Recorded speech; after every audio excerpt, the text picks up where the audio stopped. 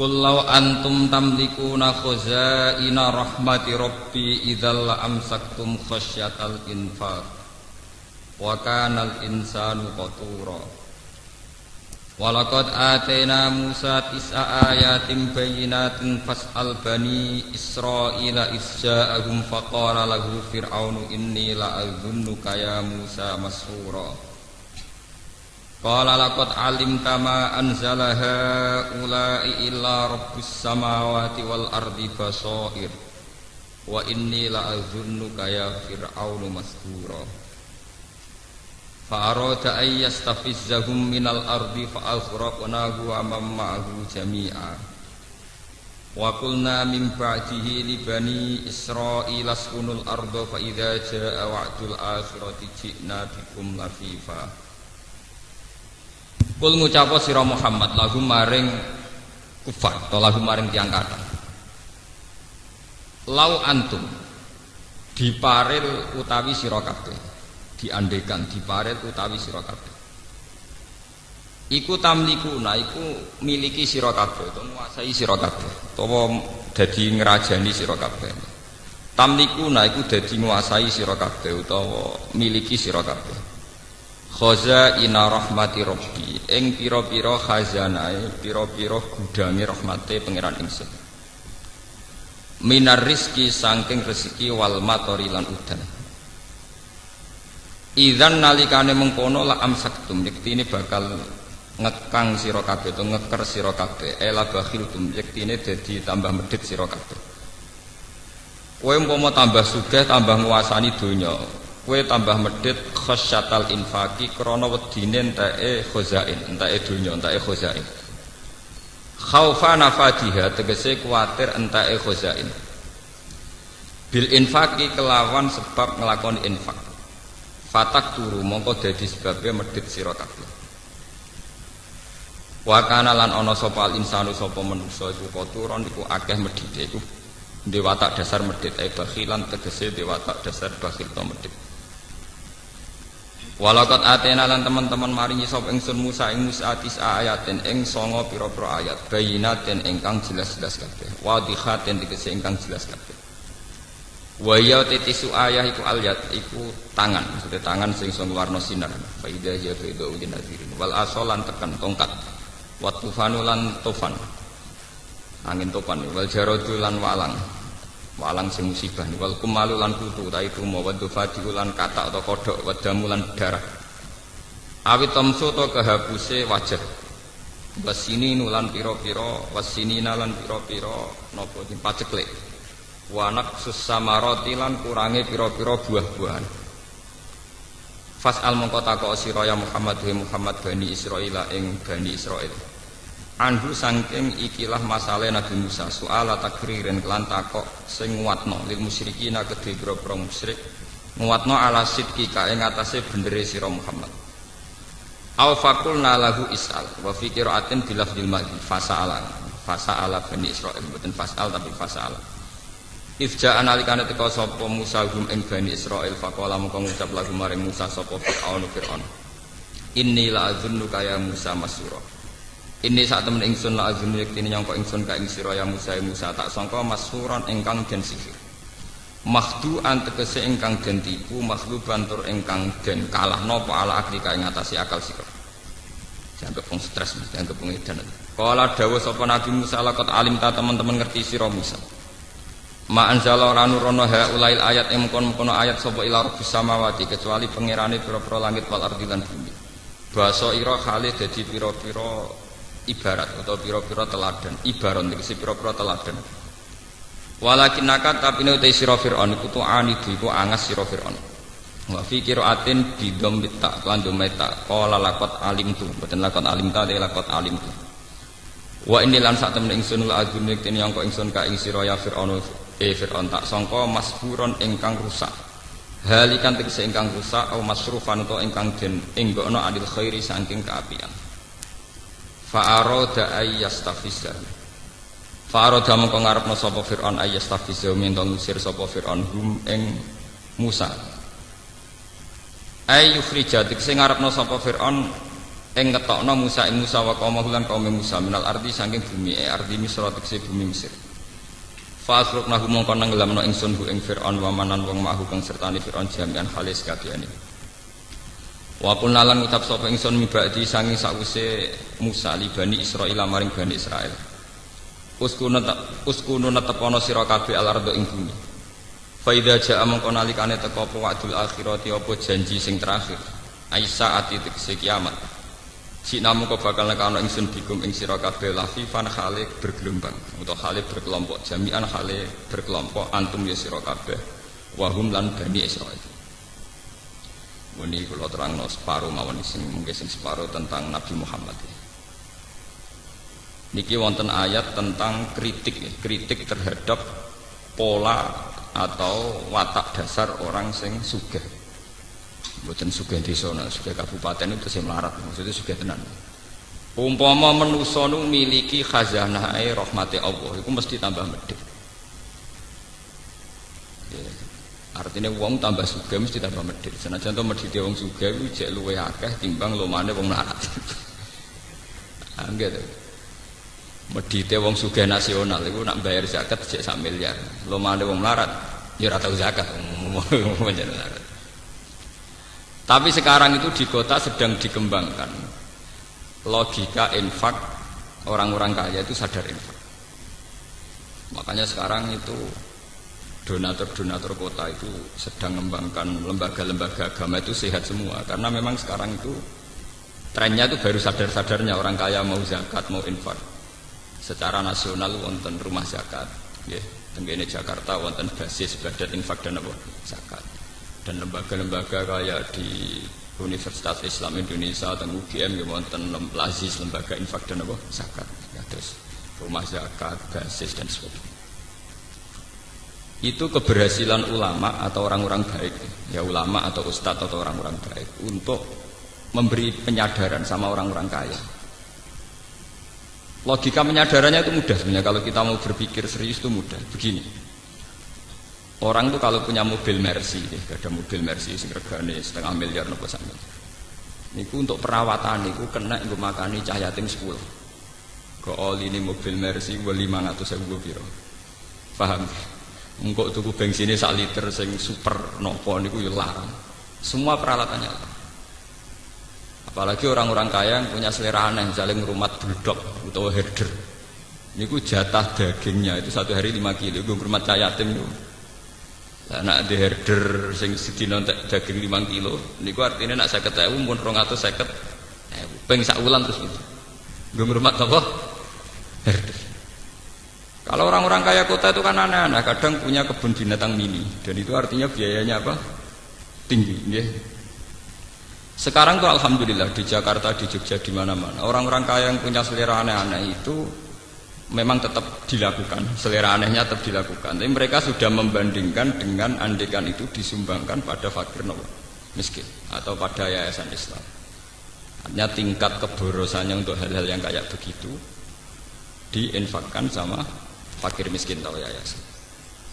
Dan itu yang sekarang baru digarap kayak Ustadz Mansur dengan banyak bikin pondok tahfidzul Quran, terus ya banyak lah orang-orang yang menggalang dana dari donatur-donatur yang cara berpikir sekarang sudah mulai benar, yaitu dibandingkan kayak begitu. Mereka wong sugih niku nak mboten diingatkan begitu, biaya untuk asetnya itu lebih tinggi ketimbang napa umpama digo ngrumat sinten fakir napa miskin. Lha jenengan bayangno wong ngrumat mobil senilai 1 miliar, itu putaran perawatannya itu 1 bulan minimal masih 2 juta. Nggo ngrumat napa? Ya itu nggo digo sedekah niku men manfaate mboten karuan. Karena tidak mungkin mobil rego 1 miliar kok oline rego ning dalan. Wah, pinten ta pinten niku 20.000 mboten. Nah, sekarang alhamdulillah kesadaran itu ada. Tapi tetap saja ngendikane pangeran, kalau kamu yang menguasai aset dunia ini tentu kamu akan takut lamsaktum khusyatal apa? Infak. Nah, sekarang tuh orang-orang tuh tertipu. Karena sekarang ada lembaga-lembaga donor, misalnya kayak orang-orang kaya di Amerika, di Eropa, itu mereka memang ada donor. Kalau ada gempa, ada tsunami nyumbang sampai miliar. Tapi mereka itu dapat uang dari karena menggarap aset-aset kita. Misalnya Amerika nggarap ExxonMobil di Indonesia, nggarap berbagai perminyakan di Indonesia, Freeport dan sebagainya.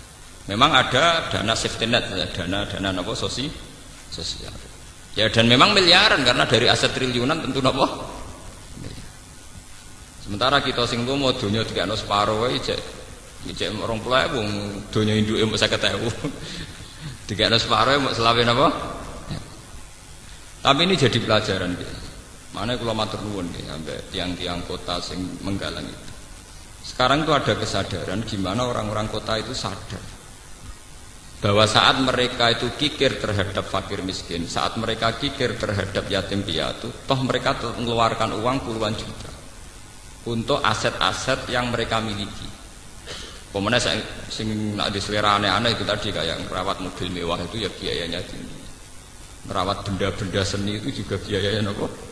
Tinggi. Kemudian wong kota sing diselera mobil mewah sitok Alphard sak miliar, wis ngono di mobil antik 5. Golek suku cadange tok ning Jerman. Bahwa itu biayanya berapa untuk memenuhi apa? Seleranya. Tentu karena putaran biayanya tinggi, mereka pasti la amsaktum khasyatal infaq. Nak duitku 1 juta tak kena fakir miskin, yang kok nak tuku oline Alphard piye? Nak tuku oline Mercy piye? Bahkan apa sedekah ning fakir miskin ra sida, lha kok herderku gak mangan sedina entek daging 4 kilo. Wong fakir miskin kok dibandingno napa? Herder. Paham ya? Ini penting kalau terangkan. Makanya pentingnya umat Islam punya ketegasan hukum. Ini kados tengene fikih-fikih. Merawat hewan sing gak jelas manfaatnya harus divonis haram. Karena efeknya nanti orang tidak peduli. Efeknya orang tidak apa? Tidak peduli. Terus ini sampean delok mau.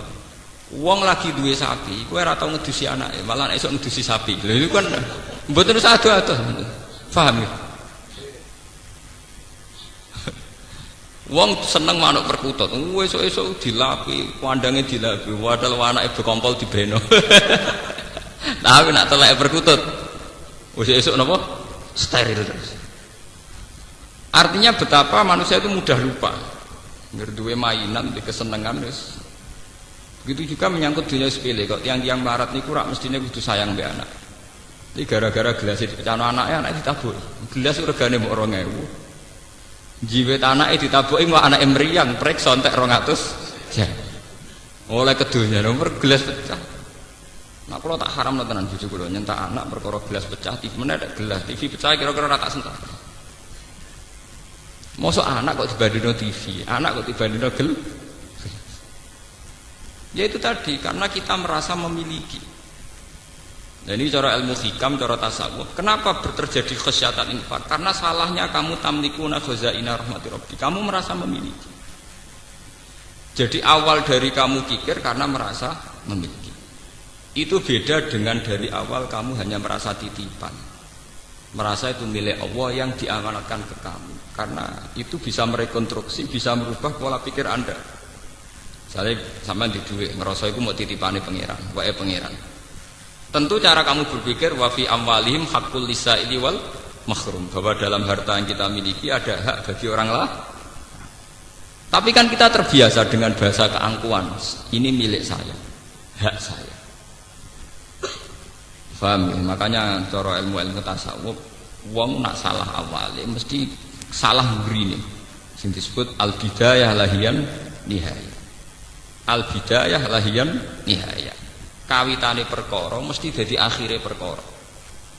Sampeyan nak duwe dhuwit 50.000 dari awal ngerasa wae pangeran mau titipan. Iku lomo ya gampang. Tapi nak dari awal ngerasa waekmu ya angel. Sampeyan dadi kiai nak ana santri kirimane pangeran, cek bubar cek apa ya enteng. Dhisik sing nekakno pangeran saiki sing bubar pangeran. Tapi nak ngerasa wae ngaji kiai iki godhinge ra karuan. Terus meriang. Mergo ngrasa wae dadi iku ya ana asal usule wong medhit wong drengki ya ana napa asal usul. Paham ya? Ngrumat anak bojo ki ngoten. Kula nu nganggep bojo kula ya amanate pangeran sing dititipno kula ben ngrumat anak nggih. Sehingga tingkat otoriter kita, tingkat otoritas tertinggi kita, tingkat otoriter ya sifat-sifat menang sendiri ya kurang. Yo ngaku diamanati ke otoriter. Coba kalau itu kamu wong wedok wani wong lanang. Wong lanang pemimpin tertinggi. Oh, terus saya naik dewe. Makanya itu ada orang salah langkah itu ya dari awalnya cara berpikir salah. Makanya kalau maknani wa tamlikuna khazaina rahmati rabbik ngrasa duwe. Sebenarnya dia tidak pernah punya tapi ngrasa napa? Ngrasa. Coba kalau zaman Kanjeng Nabi nak nglatih wong lomo itu gampang. Pancen Nabi wong pinter, tidak nglatih. Misalnya ada cerita gini, ini jadi pelajaran bagi kita. Suatu saat Nabi itu tanya Aisyah, saya ingin sarapan dengan daging yang tadi. Jadi Aisyah, wah muntelas ya Rasulullah, daging yang tadi sudah saya kasihkan fakir miskin.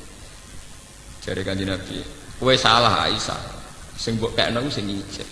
Jadi alhamdulillah sah jek ana sing ijek. Artinya kalau daging itu dimakan untuk kepentingan pribadi, kanggo selera, niku entek. Mergo dekne entuk hadud dunya, tapi justru dikakno fakir miskin niku ijek. Alhamdulillah sah kok ijek. Lha mun kula kok ana fakir miskin lha iku malah sing ijek. Sehingga orang-orang dulu itu karena anut Kanjeng Nabi itu biasa misalnya di duit 50.000 dikakno wong 20.000 digo ngamal. Mergo ben ana sing ijek. Paham gitu? Ben ana sing ijek. Nah, kita kan walian muni sing ijek sing ning kota. Pancen uteke wis Cina. Paham ya? Dadi niku Kanjeng Nabi cara nglatih pinter. Dari awal sudah dilogikakan begitu. Begitu juga masalah ibadah. Kita ini kalau istirahat, tidur atau santai itu jenenge ngenakno awak. Itu kan bodoh.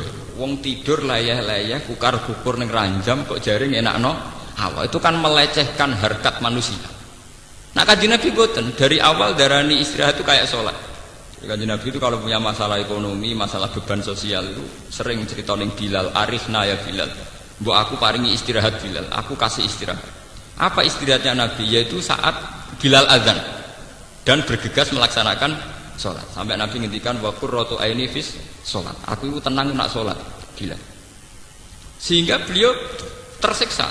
Kalau tidur itu tidak merasa nyaman karena menunggu sesuatu yang disenangi Nabi yaitu sholat. Sehingga kalau sholat, kalau kita akan kebalikan, sholat itu problem. Mergo ganggu wong tuh. Kalau Nabi kebalikan, titah manusia sing seneng turu seneng istirahat dianggap problem.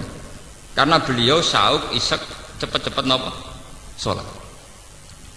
Sehingga kalau Nabi pas sumpek, pas sedang ada masalah sosial atau keluarga niku ngendikan teng Bilal arifna ya Bilal, mbok aku dikasih istirahat.